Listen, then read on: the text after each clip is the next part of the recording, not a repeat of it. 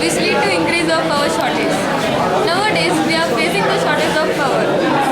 The main reason for power shortage is due to shortage of water.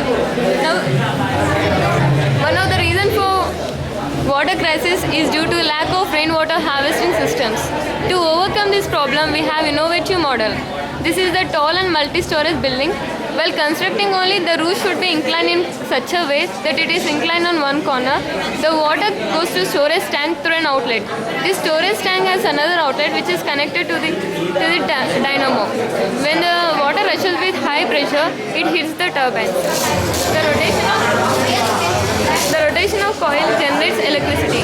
This electricity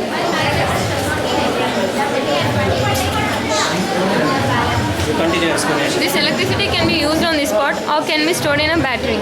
The water left after generating electricity, this water goes to underground to improve underground water level. This storage tank has another outlet which goes to garden.